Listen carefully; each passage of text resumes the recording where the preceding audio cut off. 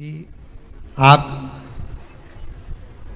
जिस दिन व्रत करो उसके एक दिन पहले भक्ति का संचार इस हृदय में कर लो। भक्ति का संचार इस हृदय में कर लीजिए। जिस दिन आप व्रत करो, जैसे एकादशी का व्रत कर रहे हो तो दशमी के दिन शाम का समय जब आवे, रात्रि जब होने लगे, शाम का समय आवे और रात्रि का आप जब भोजन ग्रहण करो तो उस भोजन में कोई ऐसा पदार्थ ग्रहण मत करिए जिस पदार्थ के कारण आपकी एकादशी बिगड़ जाए।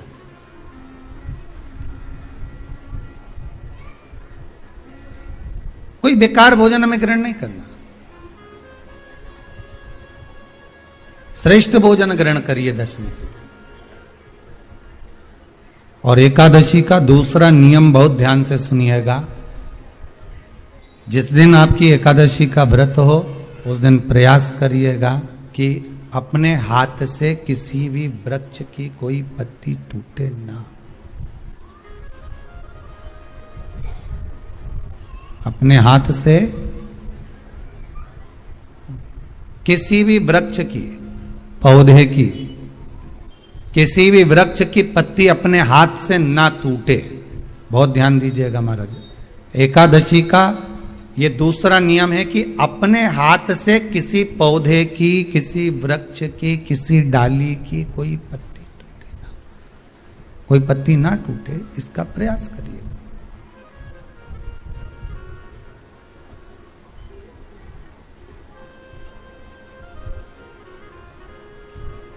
कितना सुंदर व्याख्यान कहा है, कितना सुंदर वर्णन है महाराज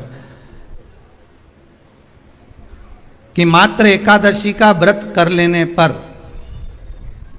मात्र एकादशी का व्रत कर लेने पर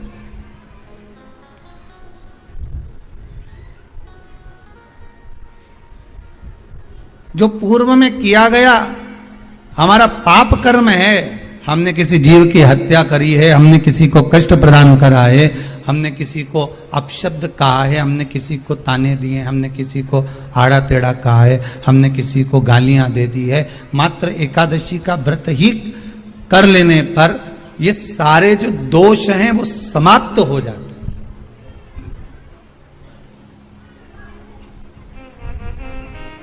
सारे दोष हमारे समाप्ति पर आ जाते हैं।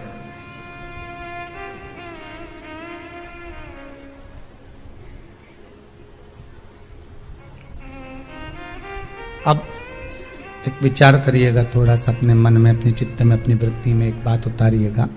एक अपने मन में एक बात को उतार कर रखिएगा कि आप अपने पाप को, अपने पाप कर्म को जिस दिन क्षीण करने वाले हो, समाप्त करने वाले हो, अपने पाप को आप जिस दिन समाप्ति पर लेकर जा रहे हो तो उसके एक दिन पहले आपको प्रसन्नता होना चाहिए कि नहीं होना चाहिए कि कल मेरा पाप कटने वाला है, कल मेरा पाप समाप्त होने वाला है। जो मैंने पाप कर्म करा है वो समाप्त होगा, जो मैंने पाप कर्म करा है वो कल समाप्त हो जाएगा। तो एक दिन पहले आपके चेहरे पर प्रसन्नता हो कि ना हो।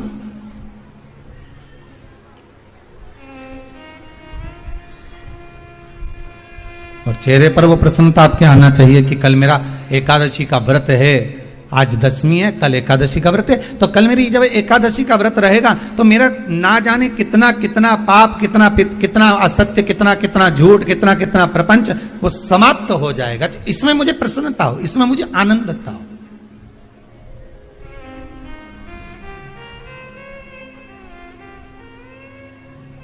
तो क्या कहा गया कि प्रयास करिएगा कि एकादशी के दिन कोई वृक्ष की, कोई डाली की, कोई कोपल की कोई पत्ती ना तोड़ी जाए। क्यों? तो कहा अगर उस पत्ती को हम तोड़ देते हैं, वृक्ष की पत्ती को या क्यारे में लगी हुई कोई डाली की पत्ती को हम तोड़ देते हैं तो एकादशी का पुण्य फल प्राप्त नहीं होता। एकादशी का कोई फल हमारे खाते में नहीं जाता। कार्तिक महीने में 2 वस्त्र की महत्वता होती है। ध्यान लगाना जरा, जितनी भी माताएं बैठी हैं, चाहे वो सासू माँ हो चाहे बहनें हो, कार्तिक महीने में दो वस्त्र का विधान है, एक पीले कलर का वस्त्र और एक लाल कलर का वस्त्र। आज देवउठनी एकादशी है। ऐसी कोई माता नहीं होगी जो अपने घर में तुलसी जी का पूजन नहीं करे। घर की मां यदि आज देवउठनी एकादशी के दिन लाल वस्त्र, वैकुंठ, वैसे तो पचवीगन का महत्व बताया गया है स्कंद पुराण में, जो 5 दिन पीछे के होते हैं।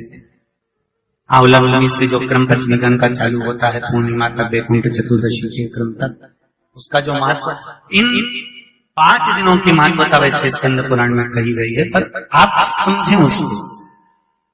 लाल वस्त्र अगर कार्तिक महीने में तुलसा महारानी पर ओढ़ाया जाता है और वही वस्त्र बाद में रख लिया जाता है संभाल कर, तो उस घर में किसी कर्म गति के कारण भी अगर अपशब्द निकल रहे होते हैं तो वो अपशब्द वो वस्त्र रोक लेता है।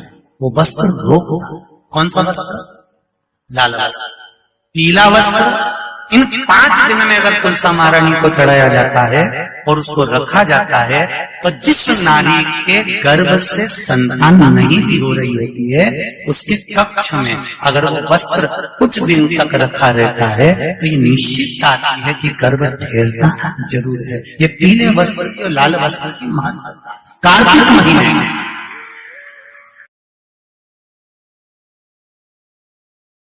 मान लो कोई व्यापार में अगर तकलीफ हो, कमाई अच्छी नहीं हो रही हो, व्यापार नहीं चल रहा हो, तो निवेदन करूंगा कि किसी के चक्कर में मत पड़ना, कहीं जाकर पूछना मत ही। केवल देव उठनी एकादशी के दिन, जो अभी आने वाली है कार्तिक के महीने में देव उठनी एकादशी, इस दिन एक सिक्का, जब रात्रि को आप तुलसी जी की पूजन करें, ठाकुर जी की पूजन करें, एक सिक्का उसको नीचे रखकर उसको भगवान को विराजमान कर तुलसी माता या शालिग्राम जी को विराजमान कर फिर पूजन करना। सुबह ब्रह्म मुहूर्त में 4 बजे जब आप देवता को उठाएं, वहां पर जब लीपन करें और उठाने जाएं, उस गन्ने की झोपड़ी के अंदर, तो वो सिक्के को अपने पल्लू में डालकर हल्दी की कटोरी में भरकर दुकान में, व्यापार में, व्यवसाय में रख दें। अगली एकादशी तक बताना जरूर कि कितना लाभ मिला। इस वीडियो को एक लाइक ज़रूर करें और अपने मित्रों के साथ भी इसे साझा करें ताकि उन्हें भी ये जानकारी मिल सके, और साथ ही चैनल को सब्सक्राइब करना ना भूलें।